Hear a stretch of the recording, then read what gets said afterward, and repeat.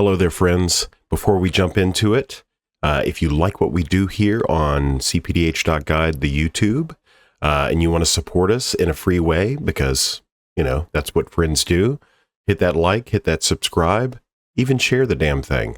All right, on to the show. You guys probably don't know who this guy is. I mean, he hasn't been around for like 3 months. I'm kidding. I'm just giving him some shit. You know, to be honest with you, he wasn't even supposed to be at the tournament yesterday.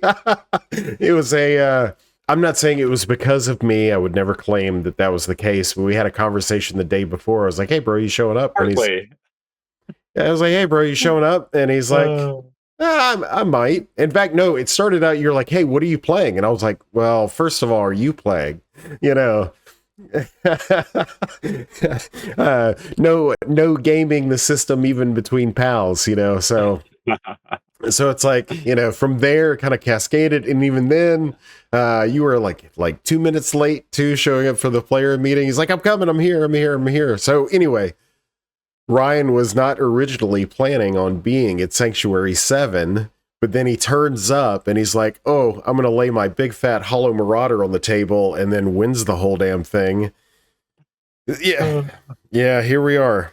So yeah, it is wild. So was not what I anticipated. So give me the life update. What have you been up to? I mean, I prefaced it by picking on you a little bit for being out of the loop. Not that you've been completely out of the loop. He's always in his Discord. Yeah, partly, yeah.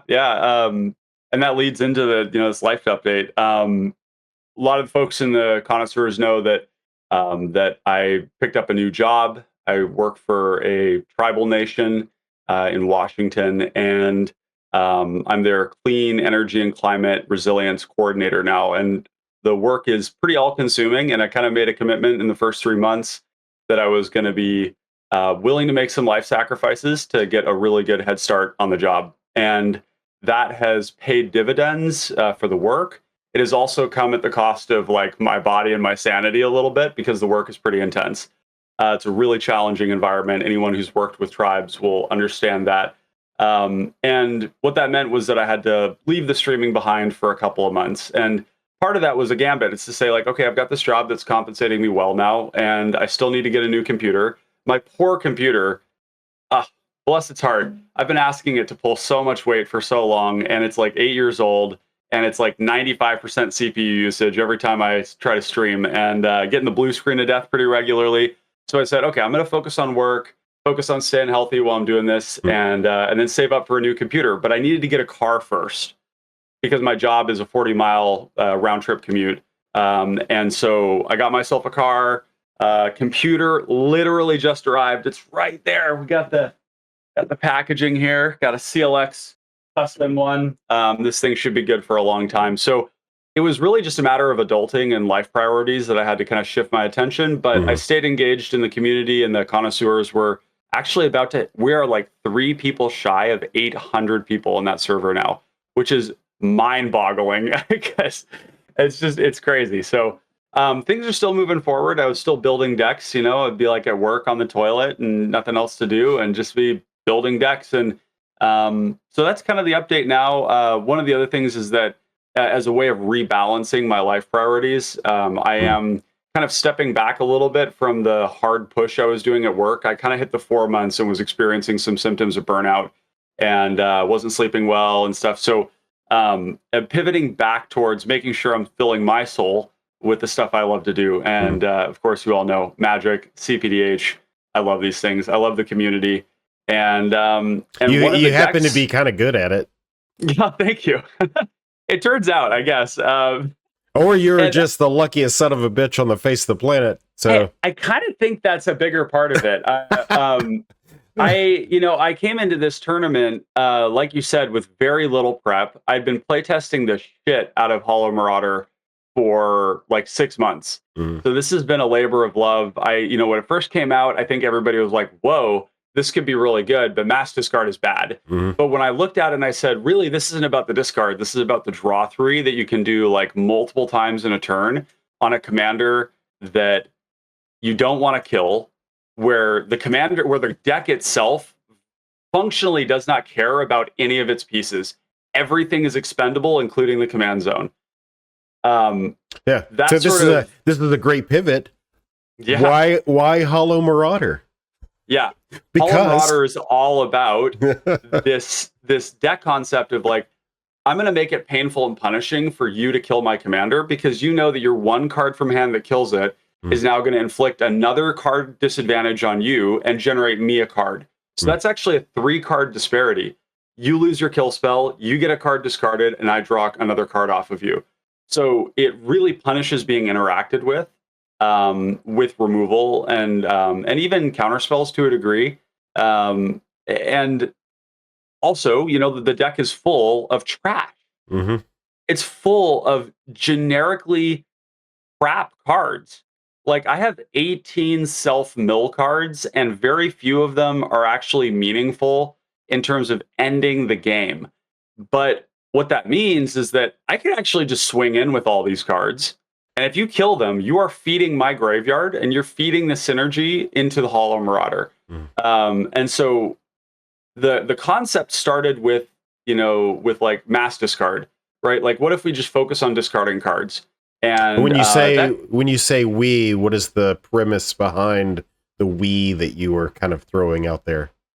well, and actually the we would be for next. The I was for the discarding. So at first I thought, I will try mass discarding all the cards and embracing a 3v1 from an early stage of the game. And I tried that. I didn't find very much success with it because it just led me to dying. I just ended up dying. And I tried it a couple of times. I leaned into the big bad mono black, sort of like oppress the table and everything. And it didn't really work out. So I decided I need a radical pivot, and I shifted. I duplicated the list.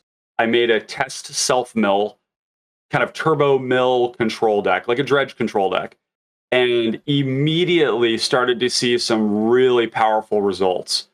The premise around Hollow Marauder is really you do need to have a lot of creatures, and I have a number that you want to shoot for, 40 or more.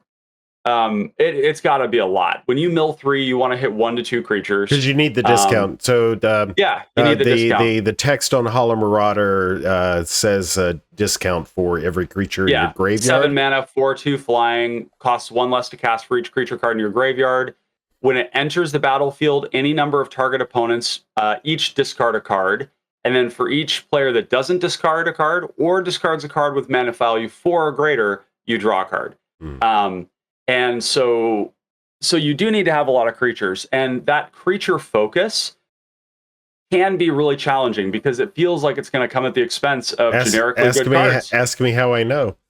Yeah, Conrad, right? No, it's a great example. Conrad is a similar thing. You have to lose certain generically good black cards to play into the synergy with Hollow Marauder. Now, going deep into creatures isn't that bad for black, though. Gloomfang Mauler, Troll of Khazad-dûm, the new Spectral Snatcher, Rampaging Spiketail, those cycling creatures are something that control decks already want because you can just slam them down as a top deck, and now you've got a win condition. And I had one of my games where I won with a Hollow Marauder and a Rampaging Spiketail, and my opponents with 0 cards in hand, and I just beat them down. You said the magic C word. Control. So yeah. Don't freak out, everybody. I know this is the touted king of mid-range, and he didn't say mid-range, he said control. Please continue. Love me some control, and a lot of people will understand that control and mid-range are really like just varieties of a similar vibe. And it's a similar deck building pattern. You're going to be approximately close to the same number of like interaction spells, card advantage spells. Your land counts are going to be, 33, 34, 35, north of 34 usually, or 34 and north. You're going to have ramp, stuff like that. In this deck, the ramp is the self mill. So that is how that functions. But back to this point about the creatures, the other part of it, along with the cycling creatures, is the edict creatures. The edict creatures are really, really good. And they're even better in Hollow Marauder because Hollow Marauder is a couple of things.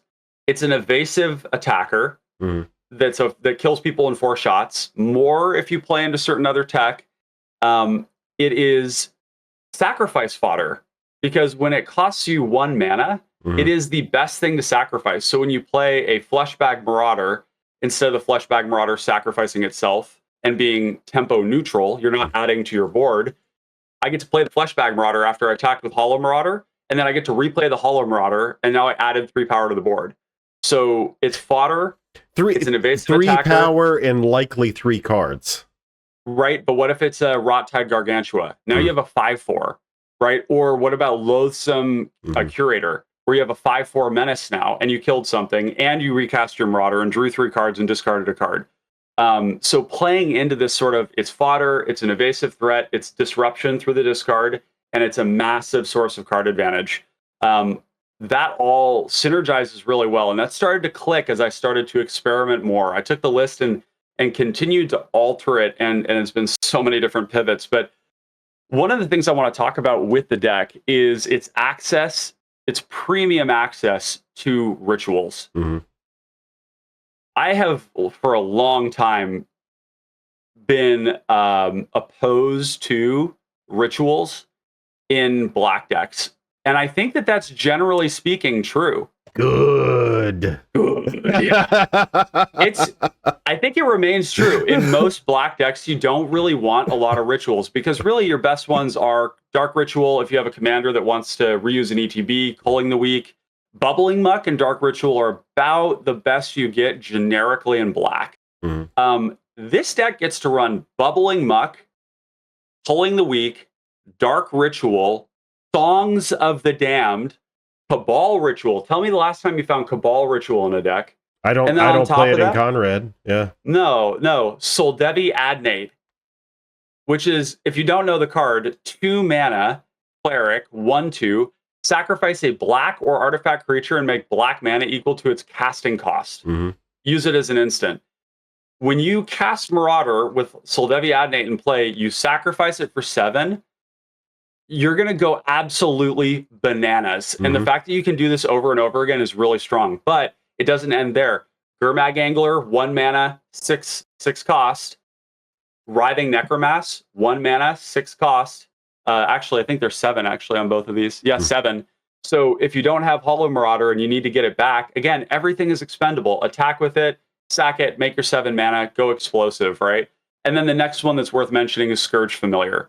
And Scourge Familiar doesn't fit in a lot of decks, but when you're drawing as many cards as you do with Hollow Marauder, you can cast your Hollow Marauder, tap out, draw 3 cards. Generally, it's 3 cards, 2 to 3. Then discard the cards to get the black mana, to sack it, to recast it again. And you can use this stuff to combo off in a way to discard everybody's cards. It doesn't generally happen, but it is a mode that you need to be aware of. And this deck has a lot of weird stuff like that. And if it does, it's deterministic. Like you're only getting it a couple of times. Yeah. It's but if you discard everybody's hands and then you discard a hand size of 15, or is that non-deterministic? Non-deterministic. I'm not going to win the game on the spot. Right. Although there are ways to do that, with respect to the fact that some people are leaning into like Biblioplex Assistant with Bubbling Muck and Songs of the Damned. If you have Ashnod's Altar, Songs of the Damned, and 5 creatures in play with Biblioplex Assistant, it's not infinite, but you can draw cards until you run out of cards. And so you draw your whole deck, you get your Gary, you have almost infinite mana. It's not infinite, but it's close. It's enough. You cast your Gary enough times, you have enough life, and then you Pestilence and you win the game. And if the Pestilence gets countered, you cast your Crypt Rats. But of course, you did the Hollow Marauder thing, so they have no cards. So you just do it, right? I don't do that in this deck. It ended up being that there's really not enough good instants and sorceries in the deck to warrant wanting to get one back. But it is a line you can take. This is an entirely fair beatdown deck. And the funny thing is, I was talking with Ankylosaur prior to this about, like, how do you win? And when nobody has any cards and their creatures have been eroded by all of our edicts and sweepers, it's pretty trivial to win the game. Like, your turns are going to be very quick because they've got 1 card in hand and it's their top deck, and they're going to cast it and they're going to pass their turn. And then we're going to take our turn and we're just going to continue to run them over with these creatures. And right? that makes sense in some of the games that I I unfortunately got to watch a lot of games because I got knocked out. Oh no. But yeah, I noticed that the trickier, more spots that you had were when you were faced against other decks who had engines, especially specifically like draw type engines online, where their hand was getting refilled in the face of being discarded, Yes. and that Yes. that was proving to be a little tricky, for those scenarios. Yeah. I mean, ultimately, And that was you made pulled through. worse by the fact that I was hit with a lot of graveyard hate. And graveyard hate is hands down the most brutal answer to Hollow Marauder. Mhm. Graveyard hate is also really hard to justify too many slots for in a deck. It's a bit of a weird thing. You add a couple of them in. Usually, like I'm on like 2 or 3, like a Nihil Spellbomb, Bajuka Bog, Fairy Macabre, Rotten Reunion, Coffin Purge, these Mhm. kind of cards, right? But the reality is that most of the time, what I actually want is just a removal spell. And so you end up going kind of lean on them, but that means that when you need them, your odds of drawing them are actually less. Mhm. But they're so narrow. So I don't anticipate graveyard hate being a major problem for Hollow Marauder very often Mhm. because it's just too hard to justify it. Unless the format is all Abdel and Tatiova and Flicker stuff, like it's hard to justify that much graveyard hate. So I got kind of unlucky in this tournament. I got hit with like, Bajuka Bog. I got hit. There was a Relic and an Honored Heirloom in play at the same time. I Mhm. got Fairy Macabre at one point. It was actually pretty sick. Gator, I cast a Dark Ritual, and I had Xaxes with Dark Ritual and 2 creatures and 3 lands to cast my Marauder. So I cast Dark Ritual, and he Fairy Macabre my creatures, and then I just had to let the mana fizzle. Yeah. So that, but that, again, this is, there were a lot of black decks because of Sivirus. Sivirus is a deck that can play a lot of graveyard hate because you can reuse the cards from your graveyard. And then also game 1, I played like a complete stooge and missequenced my Hollow Marauder. I'd been playtesting too much, and so I drew my cards before everybody discarded. So the punishment was reveal your hand. Each player in order gets to select a card and put it on the bottom. And I literally kept my hand on the strength of Fairy Macabre and Bajuka Bog and Delirium Skynes. And they took all 3 of them, and I was just kind of bad after that. But that was all on me. I just have not had enough time to play Magic lately and get clean on it. But yeah, so I'm excited about Hollow Marauder. I think that it really fits the sort of deck I like to play. Mhm. And the fact that you get to play like these explosive sources of mana makes winning the game kind of trivial when you get to that point. Like I bubbling mucked for 16. Yeah. And literally like Hollow Marauder for 13 with 0 creatures in the graveyard. And it seems like there's Hollow Marauder's been out. What's that? Was that? That was in Outlaws of Thunder Junction. So it's been about almost 6 months. Yep. So and we've had people try it. But I mean, what I'm getting at is 6 months is usually the amount of time it takes to kind of, because this is the thing. Like I hear people talking about like new commanders that just came out, and I'm like, like it takes time. It takes they gotta time. Marinate.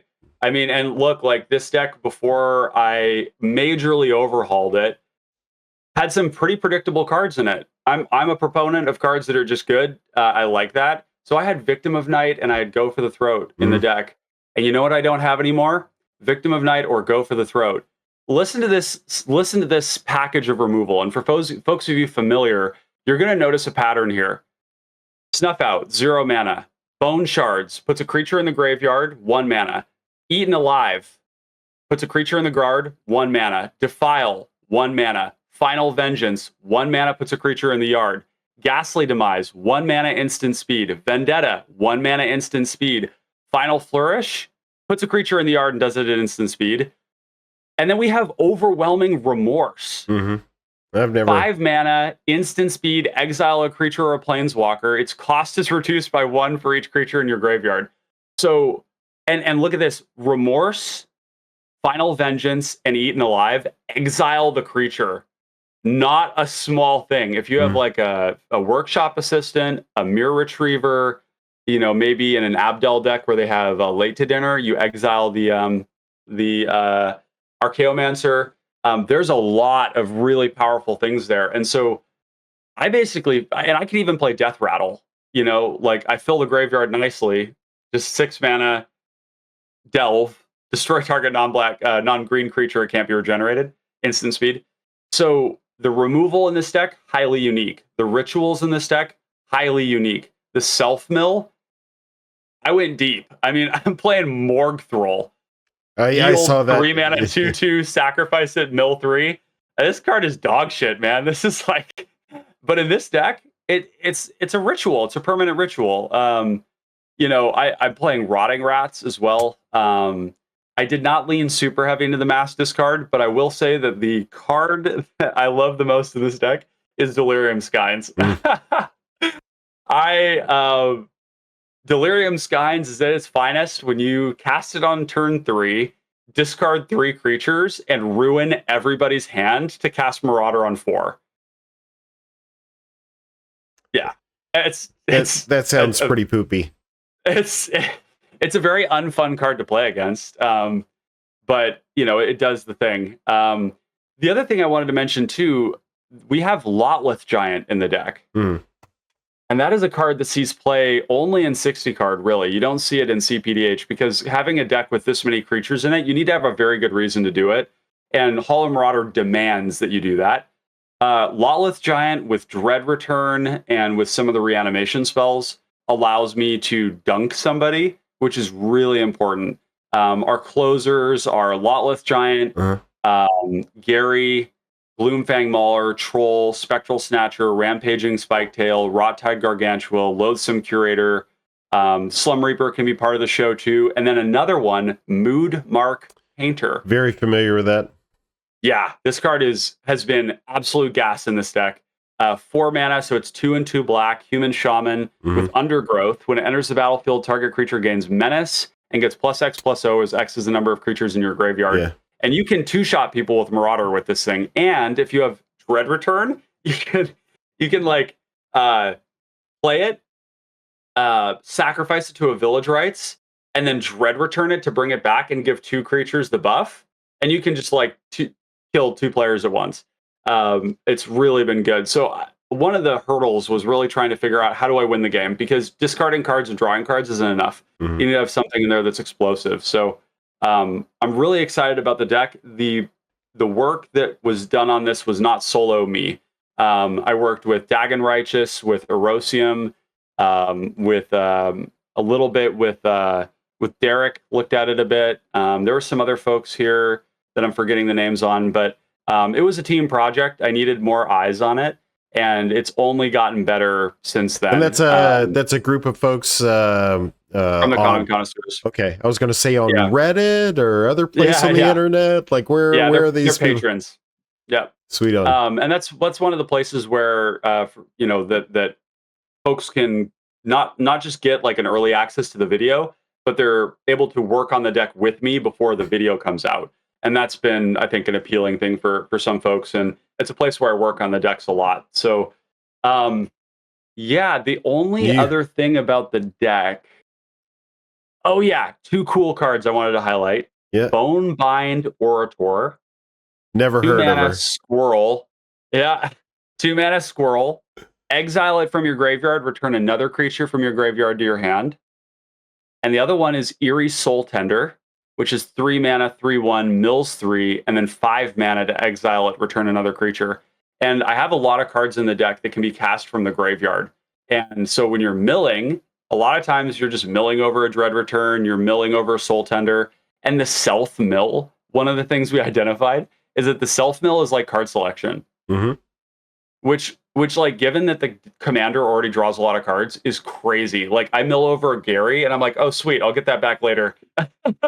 Well, it also depends on your type of mill. I think, was it Corpse Churn that you mill cards and then you return any creature from your graveyard to your. Yeah, and I don't play that one. I don't play. What's the one that's 2 mana? It's a 2 mana. It's a 2 mana black strategic planning, I think is what it is. So you like look at the top 3 and you take one and the other 2 go in the bin. I don't play that one because I really wanted to keep the creature count high. I have it at 41 right now. With Hollow Marauder is 42. Two changes that I've made to the deck since the tournament, just today, is that it turns out ninjutsu is pretty broken in this deck. Oh. Uh-huh. Yeah. And so if you all can tell me the last time you saw the card Skull Snatcher in cPDH, it's 2 mana for a 2/1 Rat Ninja with Ninjutsu 1. And when it deals combat damage to a player, remove up to 2 cards from that player's graveyard from the game. Mm-hmm. The effect does not matter. It is a 1 mana ninjutsu, which is a 2 mana ancestral recall. It's actually a 2 mana siphon mind, is what it really is. And so I've added that one as well as Okiba Gang Shinobi because mid game, discarding a card from their hand, they've already lost one to the Hollow Marauder. You bring Hollow Marauder back, you recast it. Now they're 4 cards down. It just obliterates people, and it allows me to reuse my cards. So I'm getting pretty deep in this thing, and really the only card I'm considering cutting right now is Stinkweed Imp, which might sound weird because it's dredge control deck. It's a slow dredge process. I mean, it's two turns just to get it, back into it replaces a draw. You do lose a draw.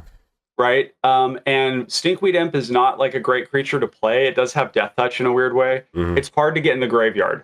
That's the big thing. It's hard to get in the graveyard from your hand. I only have 2 cards that allow me to mass discard cards, and the only other way to do it is to go above hand size and discard to hand size, which actually does happen fairly regularly. But it just feels like a lot of work, and a lot of times it's in my opening hand, and I'm like, what do I have to play this and then Fleshback Marauder it? Like, it's just like not that great. It is a very explosive card with Tortured Existence and with Hollow Marauder. If it's in the yard and you Hollow Marauder, you dredge 5, you bring it back to your hand, you draw 2, you discard it to hand size, you dredge the next turn. So there's a question of just like explosive upside versus like clunky pain in the ass.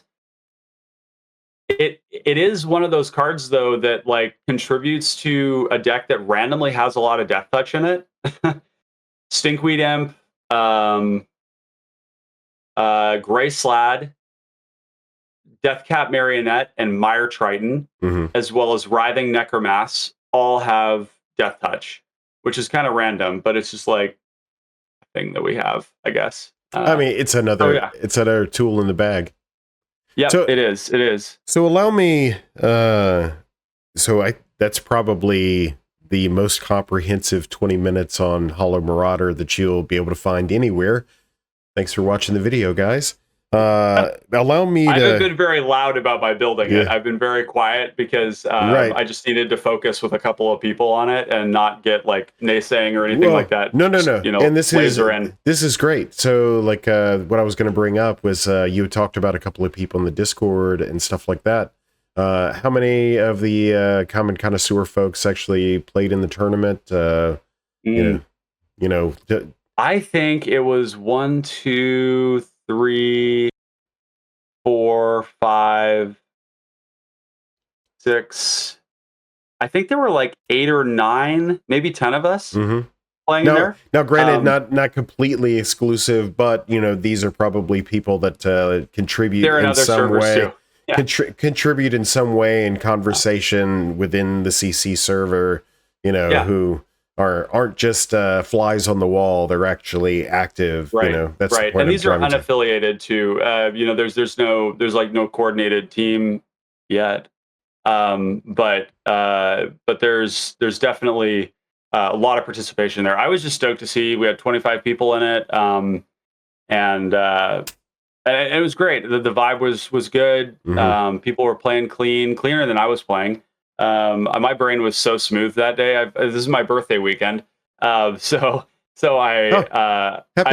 freaking birthday. Thank you. Yeah. So I've been, Thursday, Friday, Saturday, dancing and partying.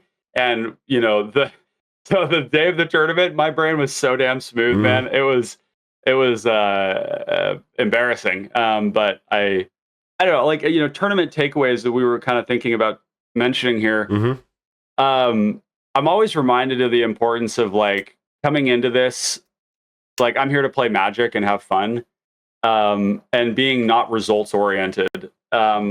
They talk about this for like Olympic athletes that if you want to perform better and you want to beat your records, you need to go in with a process mentality, not a results mentality. Mm-hmm. So I came into it with zero expectations.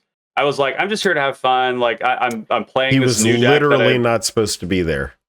yeah, I mean, I almost missed it. I got caught in horrific traffic on the way back. I was like, zipping back home in my car, pulled up like 2 minutes late, got in, got plugged in, was praying that my computer wouldn't just explode on me. And yeah, it was great. It was really awesome to see everybody there. And I just think that process mentality is really important because I lost my first game due to throwing like 4 times, like really badly. And afterwards, I was like, "Fuck it, I'm just here to play. Like, this is fine. Like, whatever." And then I won the next 2 games and the next game after that. And it was just not letting the tilt from something get a hold of you. Mm-hmm. Right. Because I got punished for my mistakes horribly. Like, and it was crazy because I had a godlike hand. And I probably had a good chance of winning that game if I hadn't blundered so badly so many times. But I came into it with the mentality of like, I'm just here to play. And then, I found myself in the finals. And so I would encourage people to really like focus on that process mentality. When things don't work out for you, it's like, okay, well, shit happens, right? Like this game is full of random stuff. Like, I had players in a pod who like only drew their second land on like turn 8, or didn't draw their fourth land ever. Mm-hmm. Right. So yeah, it happens, right? It's not worth getting twisted up about. I understand it. I came into this one. I've been on a teaching tear here recently, which is why I've been playing Weavers. It's like, okay, we're going to teach you bastards about playing removal, So don't forget about this commander. don't forget about this fast style of play. Yeah. This like mulligan to 4 so that you get freed in your hand, which is strategically amazing. Like if people aren't punishing you, yeah, just like land, Weavers, freed. Like, why not? Absolutely. And free. Now Weavers can do that because Weavers has essentially a 1-card combo, right? They just have their command zone, which is already there. It's in their hand, right? And they just need freed. So that makes a lot of sense. In fact, Gators play on that part in, what was that, 6 or 5? I think that might have been 6. 6, yeah. Yeah, 6, yeah. I mean, strategically very smart. Yeah, because combo players have been getting away with a lot, so. You threw me for a loop because he was my first round, and you're like, Gators play on that part. He actually, unbeknownst to him at the time, he had the choice between myself and Gretchen, so Weavers or Gretchen, and he chose to take out, we both had the Rhyme Tender. We both had a Rhyme Tender out. He chose to kill mine. Unbeknownst to him, I was going to win the next turn. So, see, well, that's often the reason why you do it, right? Like, I had a game where Edict did several times on a player just to keep their commander out of play. They didn't have any other creatures, and it meant that they, weren't able to. This is where the Edicts are really good, right? Like, if you're just catching one creature from each player, they don't need to be good, but one combo creature, that is so efficient. It's so efficient. So I really love those. And one of the ways that we reuse them, I want to shout out just one other card here. That's Witch's Cottage. Witch's Cottage is such a good card. If you're not playing this in your black decks, you better have a damn good reason not to, because it's a swamp. It works with Bubbling Muck. It works with Snuff Out. It works with Rampaging Spiketail, Spectral Snatcher, Troll of Khazad-dûm, Gloomfang Marauder, Mauler, Injector Crocodile, and Twisted Abomination. I actually have 11 ways to recur a creature in this deck. I can get back anything I want with these cards. My favorite thing to do with it is to, like, especially because I have it in Conrad, is like after Conrad gets destroyed or something like that, and it only really banks on having like 7 swamps in play. Yep. So if I need to get more, like cycling a Gloomfang to get the Witch's Cottage to put get it back to get it back, to get another. I'm so glad you mentioned that line. Never forget that you can Witch's Cottage your Troll of Khazad-dûm back on top to ensure you hit your land drops. If you have a curve you need to meet, do it. Do it. Now, of course, my dear sweet Hollow Marauder really likes this because it also puts a creature in the graveyard.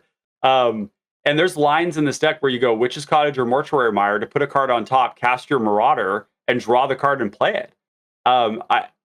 It's just one of the things I'm in love with in Black is being able to always be able to get these creatures back. So these little mini loops. These loops are really, really important. Absolutely. And the troll will go back into the graveyard, or maybe you just want to cast as a threat. Like, it's a really good threat.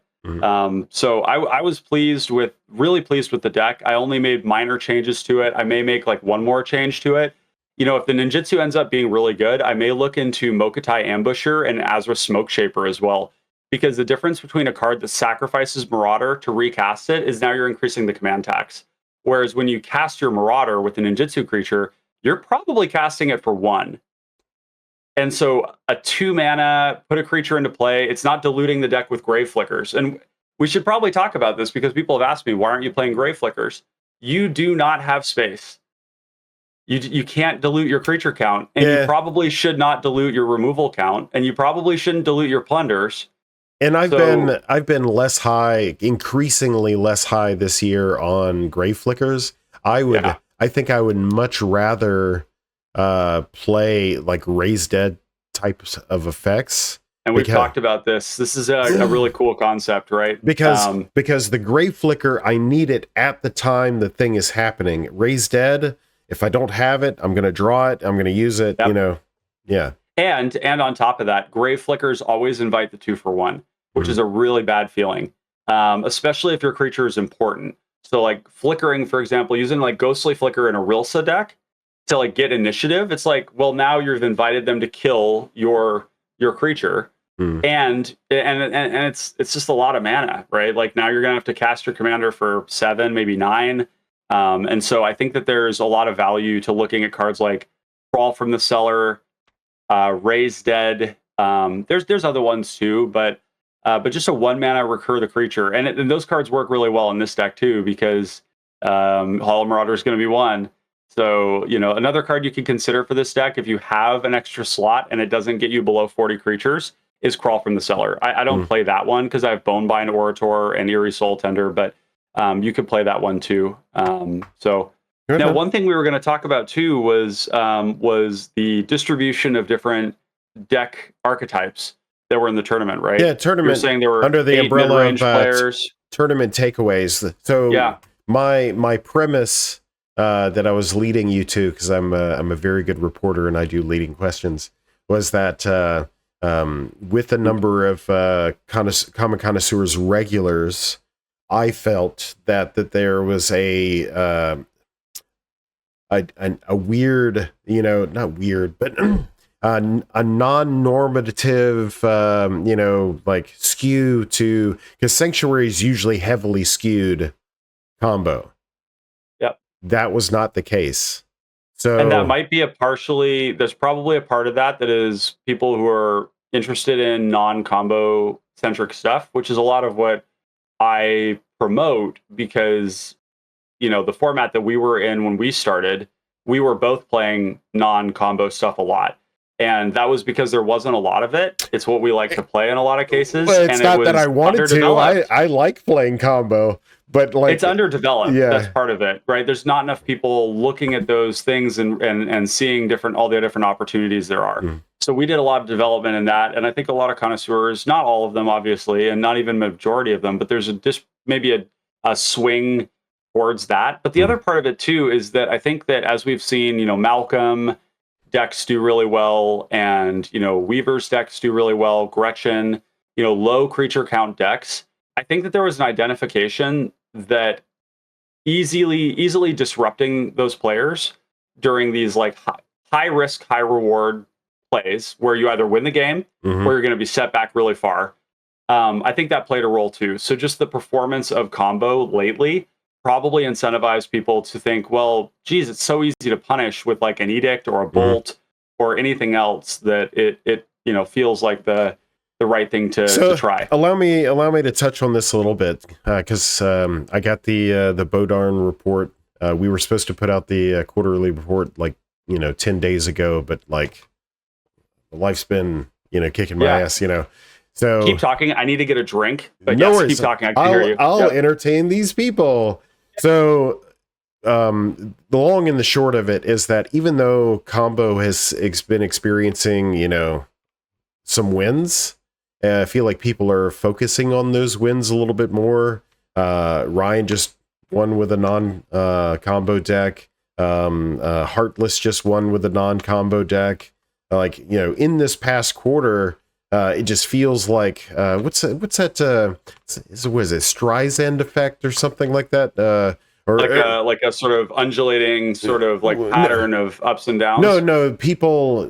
Combo is such a hot topic that it's the one that people focus on. But then, it could be true that mid-range won more, during that time. But Combo, which it hasn't. But yeah, I mean, Combo generically has felt very strong. So allow me to make a delineation. Now I don't have the numbers in front of me. And Combo is an amorphous term. I just want to caveat that it's a little bit non-specific. Yeah. So if we take away the fact that Combo may have won the last game in a tournament, which may be the one that matters, blah, blah, blah, right? If we take away that fact there, but if we also consider that each win for each round, across, there's more of those rounds than there are the finals, right? So if you look across all, I think there was 95 games in this quarter that were played, which was a nice number because they were all tournaments. So if you look at that, mid-range has actually had a severe uptick in performance because when you consider round to round, match to match, mid-range players winning those matches. Sure, if we look at the numbers, which I don't have the numbers in front of me, there's the possibility that Combo has been the one that's been winning the most in those final pods, but it doesn't negate. This is one reason why I started tracking latest updates on the dot guide, the top 4 finishes, because variance is a mug. Turn order is a mug. It is, but since those things are accepted as being a part of every deck, that you're going to have a chance that you just flop, right? But what I'm getting at is baseline, right? Mystic Enforcer made a top 4, has a top 4 appearance. So I think that had a lot to do with the fact that there were a lot of Cerberus players. And what I'm suggesting though is that Mystic Enforcer making a top 4. I'm not saying Mystic Enforcer is now the best deck in the format. That's not what I'm saying at all. No. What I'm saying is that performance should warrant a look. Somebody should take a look that's maybe not Adam, and it warrants exploration. So if one guy was able to do that, then somebody else, another guy or gal or Smizmar or what have you, may be able to help develop that list, and it might have legs. Yeah, and I'll say this: it doesn't necessarily need a response from you, given that you are on the RC, but there was a bit of hubbubaloo, I think, around the combo decks. Oh, buddy, right? I've got 2 combo. I've got 2 recordings scheduled. This is why we needed to meet today. I've got 2 meetings this week, recordings. Well, and this hubbubaloo over combo, one of the things that I observed just being on the advisory committee was I strongly believe the answers to threats in this format, whether they're combo creatures or otherwise, are better than the threats. We have access to some of the more potent interaction, whether it's counterspells, removal. We have amazing graveyard hate. I mean, this format has everything it needs to self-regulate itself. The discussion was more about are people choosing to do it? And if they don't, does it lead to a skewing where people are just saying, well, fuck it, I'll just play combo? And that's the thing. In this tournament, I feel like there was, sure, misplays happen, but I feel like there was the requisite threat assessment required at tournament play. In all the games I watched and all the games that I played in, which were only 2, but of the games that I watched, it felt like everybody was doing the things they needed to do, and they weren't punting or otherwise. Yeah. And that didn't require any bans. that just meant that people changed the composition of their deck and they changed their play patterns. And I think that that's that's a really good sign for the format as a whole in terms of format health. That like and this is an N of one in a way, right? Because we're looking at a single tournament and saying, okay, this is an example. It's fixed of now. How people can. It's fixed, right? Right, Paul. But the question is, was it ever broken? And I think that in the past we did have a problem, I think, with combo and blue dominance in particular because of Ristic and Mystic, right? And traditionally we do have a very, very strong base of blue cards, right? And there's like one High more Tide, Cloud of Fairies, and there's one more caveat Fairy. to that too. Like new things, Magic players don't understand new things and are likely to give new things a pass. So, like, for example, when Gator took down with Abdel, like, just kind of ran the gamut, ran the table. Yeah. It's not that we didn't know of Abdel. Everybody was talking about Abdel during spoiler season. However, nobody was playing Abdel in great numbers, in significant numbers for the player base to get exposure to what Abdel did. And it turns out that one person, Gator, playing that deck, knew what he was doing, had a game plan, and it was a gamer doing gamer stuff, and that happens. Well, and the adjustment to Abdel, for me personally, has been really focusing. Now Hollow Marauder doesn't do this super well because some of its removal, Bone Shards, Eat Alive, Final Vengeance, are sorcery speed. But focusing on instant speed removal that kills Abdel has been one of the big counters to it, where they're casting it and people are killing it on the stack with the effect on the stack. And so again, another adjustment where it's like there's answers to these things. If Graveyard Hate is what you need, we have it. If removal is what you need, we've got it. If you need disenchants, we've got so many of them. We've got great sweepers and great edicts. The sweepers themselves are really right sized to the things that you want to kill in this format. And so I feel like, while not to negate the possibility, at some point that there could at some point be something that would change the format up, because I don't have an ocular lens on exactly like what's happening at that level. I do think that there's a very strong argument that a lot of people have made that it's fine. We have the answers. It's about players changing their deck composition and changing their play patterns to adapt to the meta. Yeah. If you're playing against like Malcolm decks, dude, your edicts are going to rail them. Like these low creature count combo decks do not love getting edicted over and over again while they're getting beaten down. Nope. And I think that that's a very, it's a great answer to it. So I love where the format's at in a lot of ways. I think that there was a brief moment of discomfort with just this propensity for people to just continue to play the thing that's winning instead of adapting. But that's part of the swing in Magic. We see this with stacks and with combo, right? You sounded and cEDH. You sounded just like Heartless right there. You gotta link up with that dude. You sounded just like Heartless. But I mean, that's the thing. This isn't a little confirmation bias. I agree with you in the fact that people need to get out of their comfort zones. Keep an eye on the meta list, because that's the other reason why we identify meta list as meta lists, because those are the things that you need to consider as you're building. You can't just turn a blind eye to Malcolm X or Abdel X and say, oh, you don't exist, or Weavers or Gretchen or. And this is another way to use cPDH.guide for folks watching. You can use cPDH guide to say what's the most powerful thing in the format, right? What's the best thing in the format? And you're going to get a very inconclusive answer. I added a feature right before this interview. Yeah. Now and that right there is. Oh yeah, go ahead. Now for the commanders specifically, because there's player page, commander page, a tournament page that has basically what that does is explain that the top 10 commanders by win rate. So even if they didn't top or win or what have you, let's say Vizkopa Guildmage, for example, which is at the top of the list. Of all the tournament data, you've got Paul, who basically swept a tournament.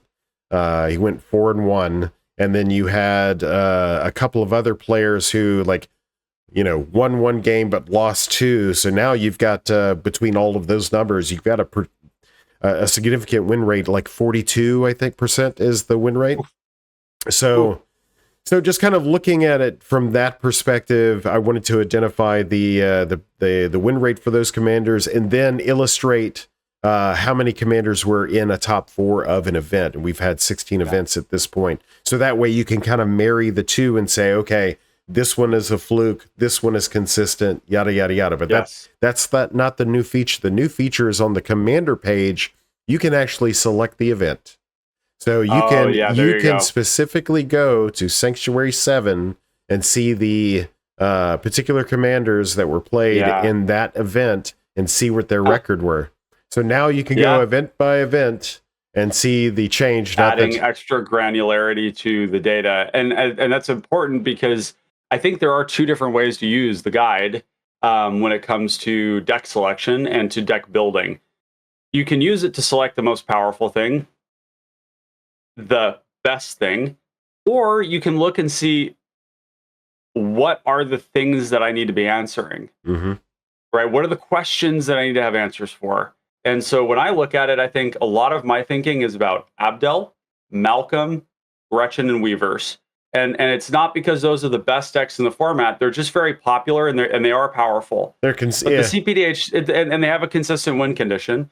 And so there's answers to that I'm going to be including in my decks. Like edicts are going to be really good at the low creature count stuff. They're not going to be very good against Abdel. So the rest of your answers need to be pretty damn good at killing Abdel at instant speed on the stack. They need to do 4 damage at instant speed, or they need to just kill the freaking creature, on the stack. So I think that's part of what I find valuable there is being able to look at that and say, okay, these are some of the things I need to address. And that influences my deck building a lot, like a lot.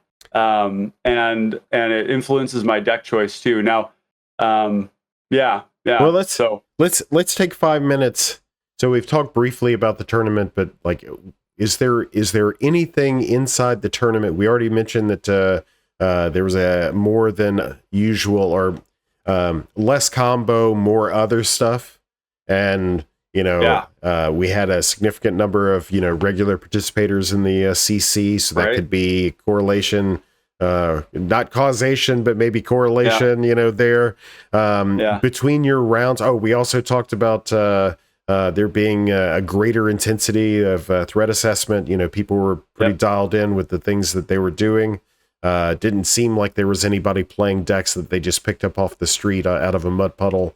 So that was pretty good. What other takeaways, like in your matches or that you saw, talking to the players and engaging? I was pleased to see the return of Vol, Agent of Shadow Thieves. That one has been popping up time and time again too. And I think that what's cool about it is that you really do have like a synergistic sort of, it feels a little bit like Sphinx Summoner, where you have a combo deck that has a way to just end somebody if they become a problem. And I think that's pretty cool. Your commander gets large, that makes the mana, allows you to combo off, but it's also just a consistent attacker. And then the only problem you need to solve for is how do I not die? And that's going to be through sweepers and edicts. So shout out to Goblin Boss, who I played with in the final round there. That was, it was just cool to see that commander because it is very dynamic. That's Russell Harder's brother. Yeah, it is. Yeah, but yeah, exactly. It was funny. Somebody posted like, "Oh, you're in the finals or something," and then Russell Harder was like, "Oh, that's my brother you're playing with," and so and now they're both over in the in the CC chatting and stuff. So, and then we had what were some of the other decks I encountered here? Let's see. So the Sivrus decks were really interesting. We had several Sivrus players. 3? Was it? Okay. And Sivrus, in the games that I played against, it was powerful.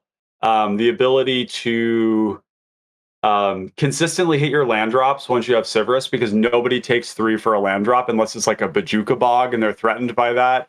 or maybe like a witch's cottage or a mortuary mire, that's like going to get something back, like a Gary. Generally speaking, you draw a lot of cards, and I can definitely see the power of it. It was very grindy and effective, so that was cool to see. I did like seeing Gator was actually he was frustrated with it in the first round. He's like made some comment about like not liking or enjoying the background, but I think it's funny. He actually performed well with the deck. He wasn't so excited about. I think Severus is incredibly powerful. I don't love Cloakwood Hermit. The dyssynergy with Severus is not appealing to me. I think Throne, Agent of the Iron Throne, I've done a lot of work on just a mono black Severus, and it turns out like people used to talk about burn, right? In a 1v1 game, how many burn spells do you need to win the game when people are fetching in Modern? And so people are starting the game at 17, maybe less. How many 3 damage kill spells do you need to use to kill them? You can do that same thing with Severus, because every time a creature dies and that creature pings for 1, but then it also has an ETB or an LTB that drains 2, that's 3 life. Means you only need 10 of those cards to actually kill a player from 30, and you never have to kill a player from 30. Almost never. You know what I mean? Like the table does a lot of damage to itself. And so I do like that a lot. I think that the Cloakwood Hermit, you get the advantages of being Golgari, which means amazing recursion of powerful stuff like Tortured Existence and Pestilence. Yeah, being able to Urborg repossession it. Yeah, Urborg repossession is a recursion spell that I wish I had in mono black. Or Revive the Shire. I mean, there's so many ways to get things back. So it's not to say there's not a reason to play Severus. It's just grindier and it's slower. And you get the bodies for village rights, and I mean, there's a myriad of things. Yeah. Black has gotten better lately in that way. Like Nezumi Linebreaker and Nested Shambler. Well, and like I noticed there was one opportunity that there was actually an attack of the squirrels, buffed squirrels, which I had never seen before in a Severus deck, as it's very cool, attacking with an army. So I mean, I had the honor of dying to an infinite power and toughness Scarlan Thrinax in game 1. That was Jonathan, right? Jonathan, yeah. So Jonathan, just call him Jonathan, yeah. And that was really cool to see. I was, albeit like I had the answers in my hand to stop that kind of stuff from happening, and I blew it by missequencing my Marauder and then having them like select all the best counters to them out of my hand. But I was impressed by the deck, and I really like the idea of a Jund deck in general. You get a lot of powerful stuff. We need more 3-color options, and and the fact that Graveyard Hate again is never going to be highly prevalent. Scarlan Thrinax really benefits from that because its combo is graveyard oriented. So that was really cool. Looked effective. Looked powerful. All right, one more. We had and then I think what was the only other one that I was thinking of here? Oh yeah, I didn't get to play them. But Ska Johnny, I'm not sure who they are on Discord, but they were playing Lily Splash Mentor. Yeah, which is so cool. There's been an uptick in that list the last couple. This is a very, very tidy combo. The fact that you are able to, this is another 1-card combo deck, right? Sorcery Speed Flicker, right? Sorcery Speed Flicker, and it's a 2 green and a blue for a 4/4 Froge. With reach randomly. That's actually like not a small thing. Tongue. Exile another target creature, you flicker it, you put a counter on it. But the ability to have this in play on 4, on 5, you play Peregrine Drake, it comes in, untaps your lands, you flicker it, you make infinite mana. So, and there's a lot of ways to win very quickly with this deck because all you need is some mana sink. You could take like what is it? Savant of the Third Path, where you just like sink 7 mana. Secret Door, really anything that can sink mana into it, and you don't need to have the Archaeomancer. So I think that's pretty damn cool. That was another one I wanted to highlight that I didn't get to play against, unfortunately, but was a cool thing to see there. I guess to wrap up, we can talk a little bit about channel plans. So you read my mind. An hour goes really quickly. So yeah, it does. For the next couple of minutes, tell me what you got. Yeah. So the coming of my computer is a big shift. The stepping back a little bit from working overtime at my job is a big part of that too. And just to focusing on the sort of self-care of like needing to do the things I enjoy to do to like refill my soul for when I go back to work. It means that, very shortly we're going to be back into streaming, and the new computer is going to be really good at that. So same old, or you got yeah, we'll start out with some Let's Builds. We'll probably do a breakdown on Hollow Marauder, just because it's timely. I wasn't going to prioritize it, but now that I've put up a win with it, it seems like a prudent moment to do that and really talk about the nitty-gritty specifics, because there's a lot of really unique interactions in that deck. Really unique stuff. And that's all going to be into a primer that Erosium and Dagon Righteous and I are going to be kind of collaborating on here soon, because they've been helpful as a sounding board and a source of ideas. I think Erosium was the one that brought up the ninjutsu. Dagon Righteous was like hard into Delirium Skynes. And I was like, I don't know about that. And then I cast Delirium Skynes on turn 3 in game 2, and I virtually won the game on the spot. Like everybody mulliganed kind of hard, and they had no cards left. And then I just beat people down with a Hollow Marauder and a Spiketail, Rampaging Spiketail. Like it felt like I established such a firm place of control with that mass discard that I was able to take and run away with the game. So really big shout out to those two for all of their insights and feedback. We've spent time on Discord chatting about it. So more of that. I'm going to be getting back into coaching. I've got folks who pay for coaching services. So I'm going to be getting back into that and kind of going through some of the hours that I owe people to make sure that they get the coaching services they need. And then, we'll probably be getting some gameplay after that. And frankly, also, I don't know if this will be on this channel, but I kind of want to stream other stuff too. Like maybe not Magic related. And so I am interested in that now that I have a computer that can run games at like 250 frames a second at 4K. I might just start streaming a little bit of Space Marine 2 and some of the other games that have come out lately. I'm still a pretty avid fanatic of Warhammer Total War 3. So a lot of gaming channels have second channels. Yeah, exactly. And I'd love to start doing some of that to just I don't know, because it's just like fun to interact with people about stuff that I enjoy. So it's not really just specifically Magic, but in terms of Magic content, definitely more of that. There's definitely other stuff that I've got in my mind that, as winter comes, I may be sinking my teeth into some, don't want to give it away, but exciting things on the horizon for how to communicate the content. And I'm pumped about that. It feels really, really good to be moving forward on these things and to be back into streaming here soon.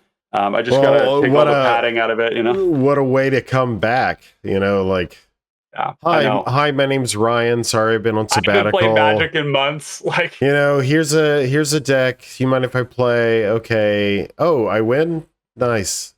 Jerk. It's really funny because I don't know, I guess I've been putting work into this as a tournament deck, and part of it is like I kind of only want to play mono black.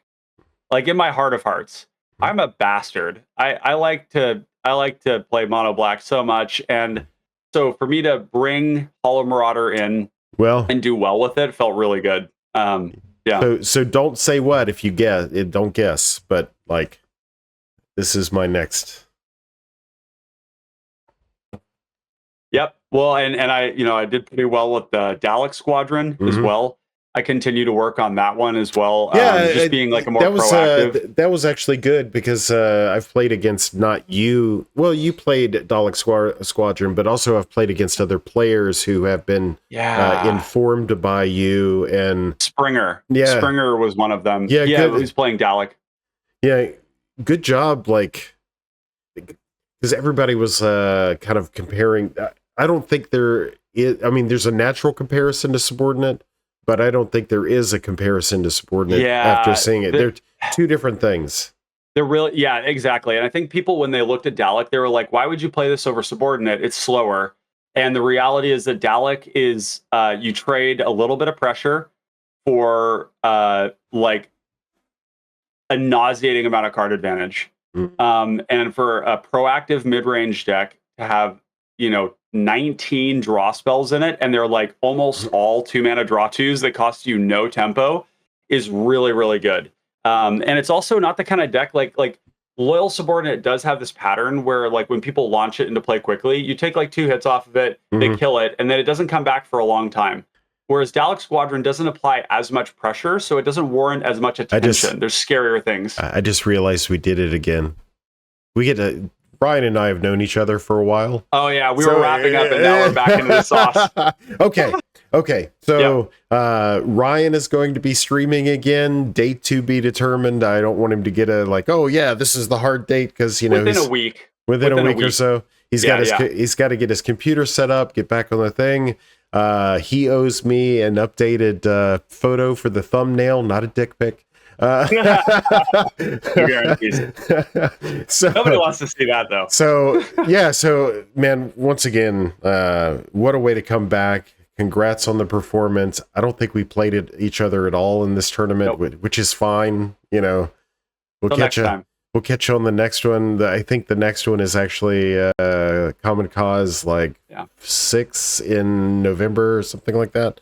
So we'll have our chance to do that then. And then, yeah, man, great work. Thanks for having me on. And it was a real honor to play with everybody I did.